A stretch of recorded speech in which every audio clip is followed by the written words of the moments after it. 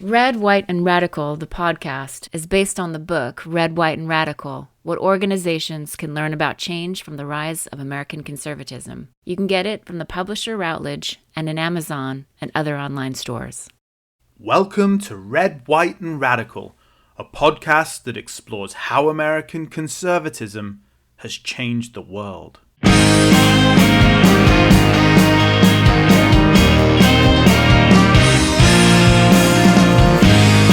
Welcome back.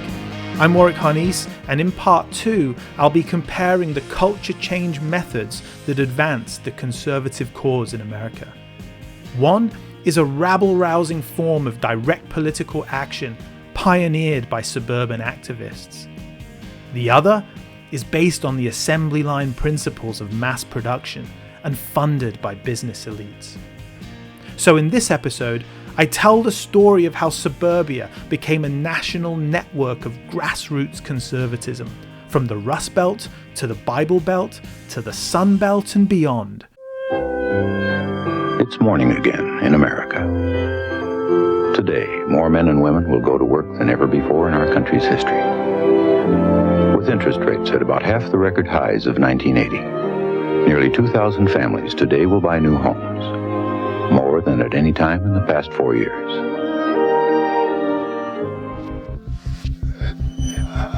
The early architects of this activist network understood that to gain momentum for their new brand of conservatism, they had to attract a mass following. To do that, they needed a vision for the future of America that would appeal to a majority of people across the country. They found those people in the suburbs and pioneered a method for expanding the network and raising money for the cause. Eventually, they gambled. A tipping point would be reached, and the establishment would have to capitulate. That was what we were all focused on back in those days, is building a movement. We wanted to train people to be effective as journalists, as political operatives. It's a serious mistake that the left has made. The left has not gone out and built a movement. They have thought of this as a sprint, and our goal is to defeat Reagan or defeat Bush, that type of thing.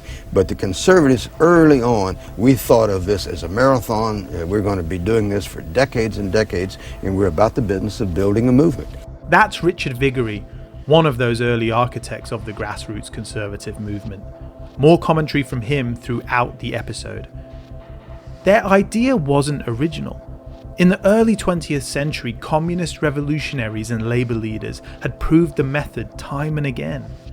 But in the second half of the 20th century, American conservatives hacked the method in the service of family values and individual self-reliance. I caught, quite frankly, a lot of grief in the 1970s because I would go out there for a campaign, maybe spend $1 million, and maybe $700,000, $800,000 would come back.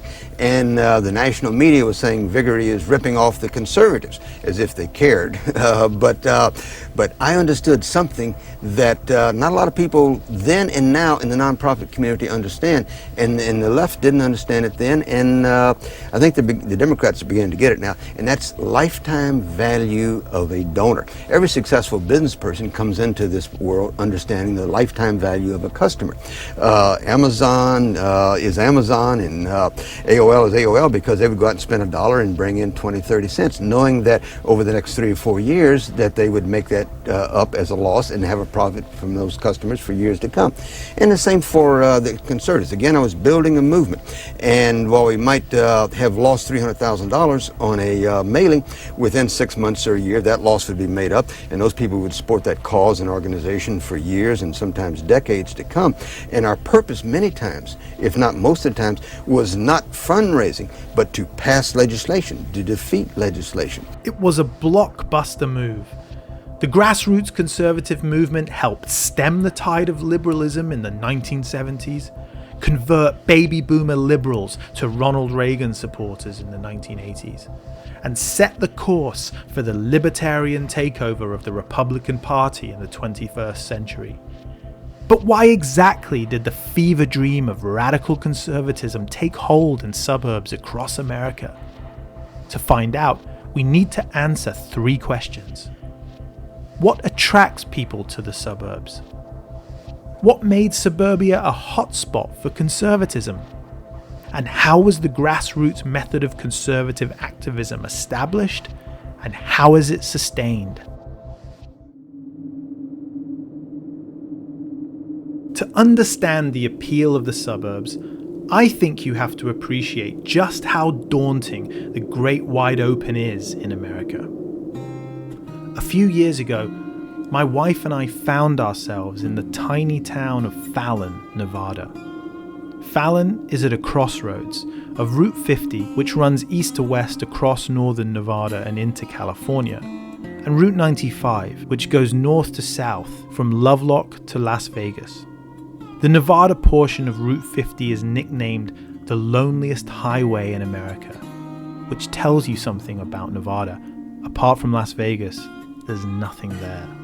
Nevada is famous for its silver mining ghost towns abandoned in the late 19th century. But as we drove south down Route 95, we discovered something far more fascinating. The road drifts across arid desert valleys between distant mountain ranges. For long stretches, we wouldn't see another car or any sign of life. I'd be glancing anxiously at the fuel gauge, and then up ahead, a tiny outpost of civilization.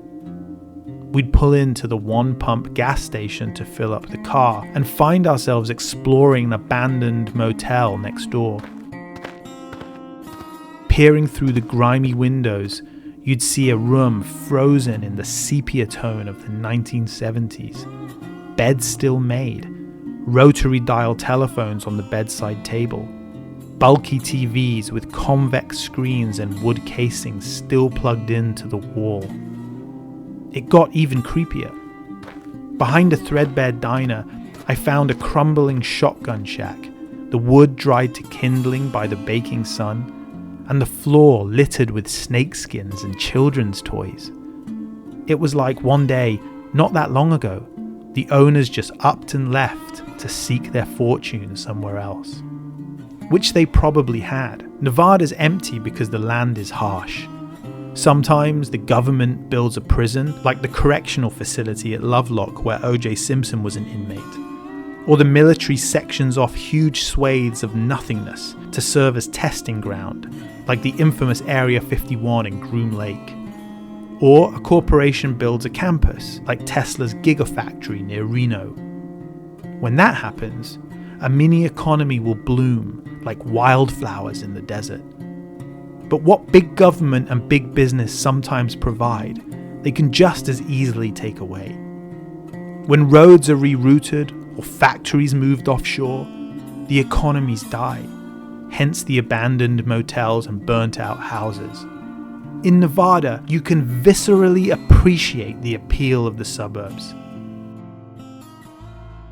Suburbia is a tactic in the battle for permanence against the tough American landscape and the vagaries of big government and big business. It's a methodical attempt to plant the roots of community by attracting people with similar cultural values, which in turn should attract employers who want a steady supply of reliable workers. But there's more to suburbia than just the security of steady work and the promise of upward mobility. It's also about safety in numbers, keeping people in line and keeping undesirables out. The Marlboro Man might have been the ideal of the pioneering Western male, but the Marlboro Man wasn't real. The men that originally went west to prosper were often outcasts and outlaws, desperate dreamers, dangerous drifters. They set the tone for a culture of anything goes, and in the mid-20th century, that sense of anything goes spread like wildfire across the entire country. It became known as the counterculture. Believe me, if I started murdering people, there'd be none of you left. You cannot stamp me out! I'm here to stay! The FBI said the Weather Underground Weathermen are which took credit to the faction is the same democratic society. responsible Only for one the of bombing of the U.S. is now Capitol in in custody. 1971. This system is going to be overthrown. The Black Panther Party demands that Huey P. Newton be set free. And it's going to mean a lot of white people risking a lot of things. If he is not set free, there is little hope of avoiding open armed war in the streets of California and sweeping across this nation. From Charles Manson to Jim Jones, the preacher who persuaded 900 of his followers to commit mass suicide. From the Black Panthers to the Weather Underground, who at their height were setting off 10 bombs a week. From the Hells Angels to urban gangs like the Bloods and Crips, who fought deadly battles over drug turf on city streets in broad daylight. In the 1970s, violent crime rates doubled across America. By 1980, violent crime and property crime rates were 4 times as high as they'd been in 1960. By the 1980s and 90s, the country seemed to many Americans a much bigger, scarier place than it once was. My wife, who grew up in the suburbs of California, can attest to that. So I grew up in the East Bay, which is about 30 miles from San Francisco. And today, the East Bay is part of the Silicon Valley metropolitan area. Every morning, hundreds of thousands of people get in their cars and drive 50, 60 miles to work, and it's very busy. In the 80s and 90s, it was different. The roads were still busy, but it was quieter. It's not as many people were commuting to Silicon Valley. My parents moved from Oakland to the East Bay suburbs when I was born. They continued to commute to work in Oakland and San Francisco, but they left Oakland because they wanted a bit more space, and unfortunately there was drug and gang violence that was sort of rearing its head in Oakland at the time, and they were keen to kind of escape that. And we had a ranch-style house, a number of fruit trees in the back. It was very idyllic. There were a lot of children in the neighborhood riding bikes, playing. But my parents drove us to school. We weren't necessarily allowed to sort of ride our bikes around. Unfortunately, there were a lot of sort of high-profile kidnappings. I think there was sort of an underlying fear that was present at the time, maybe with a lot of parents, but certainly with mine. During that period, Nancy Reagan's Just Say No to Drugs campaign was everywhere, and so, we were constantly being warned about stranger danger. Shows like America's Most Wanted and Cops, those were also getting their start. And so my parents, I think, they felt on high alert. In the suburbs, things seemed safer than the outside Badlands. There was certainly less violent crime and property crime.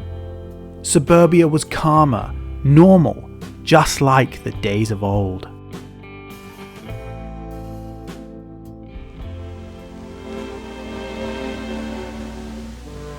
The underprivileged families from the dark areas of our cities are being moved into the sunlit, tree-surrounded, clean apartments of gigantic housing projects, produced by city planners as investments in democracy. Cities within cities, scientifically planned and built, where a man and his family with a small income can live with comfort and dignity.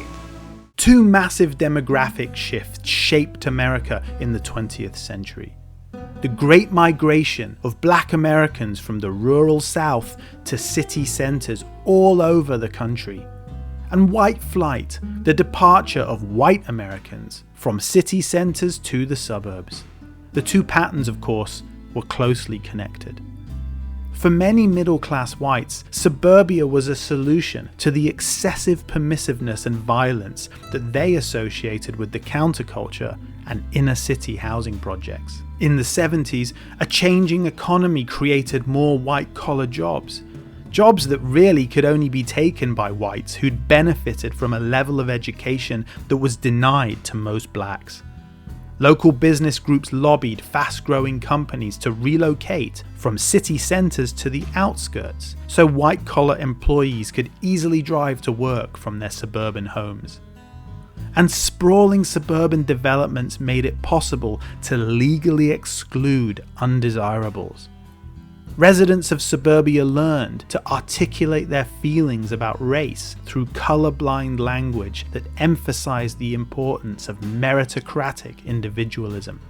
things like, the civil rights movement made all Americans equal, and so what a person achieves, regardless of the color of their skin, is a measure of their hard work and ingenuity. So how did conservatism connect with suburbia? Well, at around the same time the suburbs were becoming a thing, 3 different types of conservative emerged. Libertarians, who wanted to limit government spending, eliminate regulation of industry, and significantly cut taxes. Then there were traditionalists, who feared the rise of a godless society defined by mass consumption. And finally, anti-communists, who believed that the Soviet Union's evil empire had to be defeated absolutely. The main players in each of these burgeoning schools of thought didn't see eye to eye on much. For example, here's Richard Viguerie, a self-identified traditionalist, or what today we might call a social conservative, speaking about libertarians. Corporate leaders are not all that conservative, by the way. Sometimes we find ourselves on the same side of the fence, but when we were getting started as the new right in the mid-70s, late 70s, we had to oppose the big corporate interests as much as we did the Democrats, because the big corporate people are not concerned about the social issues. They're not concerned about over-regulation of government, because that helps them continue to be a big boy and girl and keep the little boys and girls as little boys and girls. But there was one thing that the different conservative factions could agree on: the importance of private property and home ownership.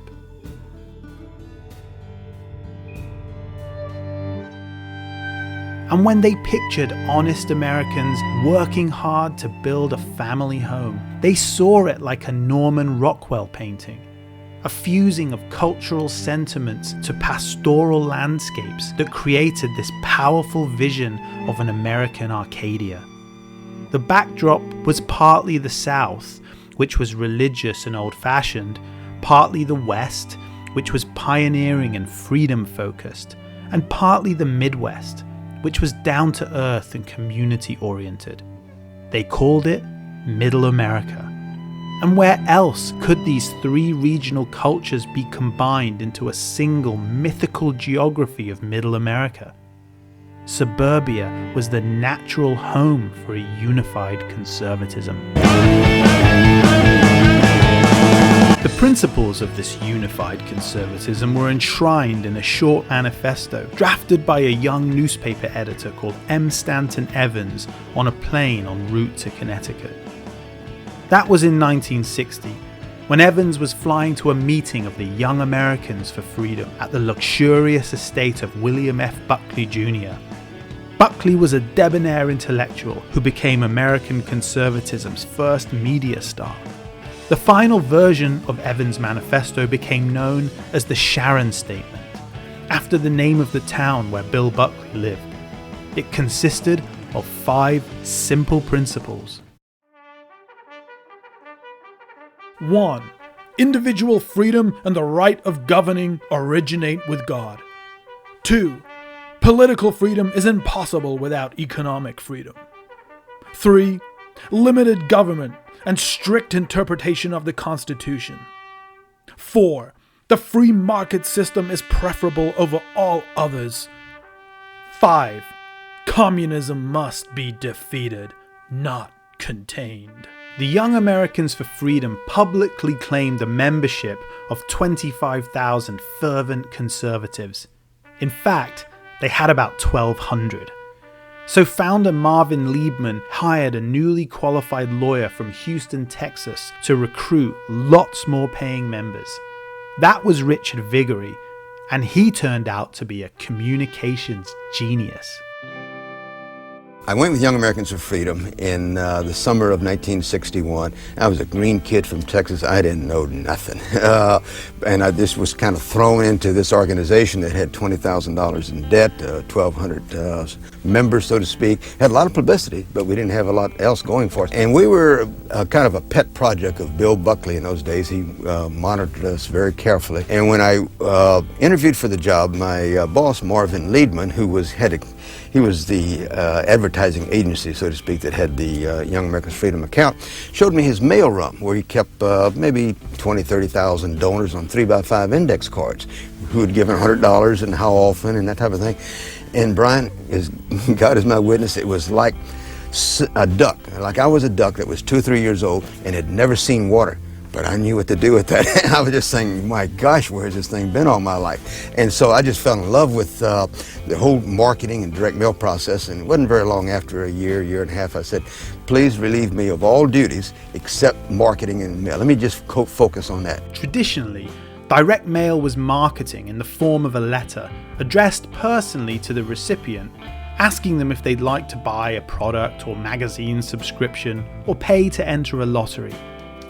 Viguerie's idea was to use direct mail to fundraise for conservative causes, and his early efforts at this were a staggering success. When I got involved in politics in the late 50s, early 60s, conservatives didn't have access to the microphones of the country. We went up against a blockage of New York Times, Washington Post, CBS, NBC, ABC. We couldn't get our message out there. We were like the tree that fell in the forest. No one heard about our candidates, our causes, our issues. Direct mail allowed us to bypass the monopoly of Walter Cronkite and the gatekeepers out there and go right into people's homes. So that's what built the conservative movement in the 60s and the 70s, and I can make a case that Ronald Reagan would not have gotten the Republican nomination in 1980 without direct mail, because that's how he raised his 250,000 donors. That's how he found them, giving him $10, $25, $50. At best, he was the fifth choice of the Republican establishment that was getting the $1,000 contributions. And Reagan depended on the $10, $25 donors then, as the Republican Party depends on them now. This inspired a further brainwave. Direct mail wasn't just for fundraising, it could be used to sell conservatism to the American people. And more than that, it could be used too to build an underground network spanning the country that would amount to a self-organized guerrilla conservative movement. In 1965, Viguerie left the Young Americans for Freedom to set up his own company to do just that. The challenge for Viguerie and his comrades was to make the Sharon Statement relevant to everyday Americans. To do that, they needed to understand how people saw themselves, what their hopes were, what their fears were. From there, they could tailor conservative messages to people based on their concerns. This was the offline, analog origin of what today we'd call micro-targeting, the method of sending highly specific messages to certain types of people, usually via social media. But there's a crucial difference. The effectiveness of digital micro-targeting is highly debatable. Voting is still a real-world activity, and so it's hard to measure how effective it is when you send undecided voters a barrage of messages, trying to encourage them to tick the ballot for a political candidate. As political scientist Eitan Hirsch recognizes, the question of how to target a persuadable voter is still something that campaigns know almost nothing about. Meaning, if your goal as a campaign is to try to find someone who, if the campaign targets you, you're going to change your mind, the campaigns haven't figured that out yet. That's kind of the holy grail. And the real question is whether there's any data out there from these new sources or old sources which can help a campaign figure out who's going to change their minds. But from the get-go, there was no denying the effectiveness of direct mail. That's because its calls to action require measurable activity. If you want to see me elected, please send money. If you believe my cause is important, please turn up to hear me speak. If you agree that the opposition's platform is morally bankrupt, please protest outside their office on such and such a date. And this is why, according to the New York Times in 2019, that only 5% of political campaign media budgets are spent on digital micro-targeting, and the remaining 95% is still spent on TV ads and direct mail. Remember, one of the main reasons that people move to the suburbs is because there's safety in numbers. Activities that reinforce this, like neighborhood watch patrols and town hall meetings where local issues and political policies are debated, they attract people. From the birth of direct mail, grassroots conservative organizers understood how suburbanites saw themselves as proud homeowners, wary taxpayers, fearful school parents. These suburbanites were prototypical conservatives in the making. And the grassroots conservative movement quickly learned how to appeal to these identities via a growing network of newsletters, books, and magazines. The negative is what raises money, not the positive. If everything is going fine and everything is good, there's no problems out there, people are not going to respond. When you have a lot of anger out there, and there's a lot to be angry about in the world today, people respond to that. They want to know that there's somebody out there dealing with the issue that they are concerned about. The network remained under the radar until it achieved its first stunning national victory in the late 1970s. Stop ERA. The ERA, or Equal Rights Amendment, was a proposed change to the US Constitution that would give legal rights to all Americans regardless of sex, particularly in relation to property ownership, jobs, and marriage. It seemed a no-brainer. In an era of women's liberation and feminism, it was endorsed by Republicans and Democrats and looked set to be adopted.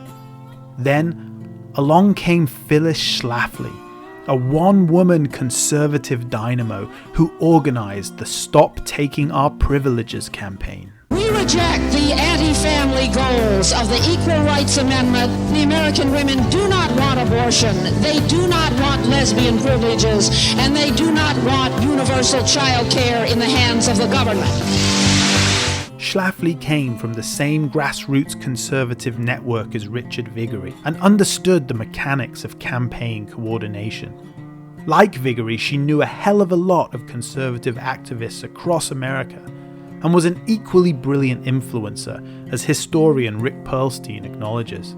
She understood how to manipulate the media, and the idea of framing herself as a wronged housewife who'd kind of been flushed out of, the kitchen where she really wanted to be was absolutely brilliant. Phyllis Schlafly is someone who came out of the Goldwater movement, whose connection with conservatives of all stripes all over the country were matchless. She had a Rolodex like nobody's business, probably as big as a beach ball. She's probably the best political organizer we've seen in American history. But unlike Viguerie, Schlafly liked the limelight, and it liked her. Bill Buckley was the conservative establishment's first media star, but Phyllis Schlafly was the movement's first celebrity. And Schlafly didn't just defeat the ERA. As Rick Perlstein says, she was instrumental in directing the conservative movement's influence over America's political parties into the 21st century. In politics, everything is about coalitions, and these groups are learning to work together. By 1977, there really is no daylight between issues like the ERA, gay rights, and abortion. And the reason Phyllis Schlafly is such an important figure in this is she's able to encompass all these threads and bring them together. Both parties in the 1970s still had liberal factions and conservative factions. And one of the things that the ERA hastens is this sorting into Republican equals conservative and Democrats equal liberal. Schlafly opened the floodgates. Since then, suburban communities across America have rallied to consistently champion conservative causes, like a remarkable series of electoral referendums in California in the 70s, 80s, 90s, and into the 2000s that cemented its 20th century reputation as a bastion of conservatism. There was Proposition 13 that massively decreased property taxes. Then there was Proposition 21, an anti-street gang measure that increased the severity of punishment for youth crime. Propositions 22 and 8 that denied marriage to same-sex couples. And most controversial of all, Proposition 187 that prevented illegal immigrants from accessing public services like healthcare and education. There was the Contract with America agenda, a promise to pass a raft of conservative legislation should the Republicans win both houses in Congress in the 1994 midterm elections. And for the first time in 40 years, they did. Of course, the Tea Party movement in 2010, when a number of hardline conservatives won seats in Congress, ousting both liberal Democrats and what have come to be called rhinos, Republicans in name only. Oh, and let's not forget the election of Donald Trump as president in 2016. In all these cases, the grassroots conservative movement was essential. But they didn't do it by themselves. They needed the money and the reach of the conservative power elite, who had their own method of culture change. I'll be looking at that in episode 4.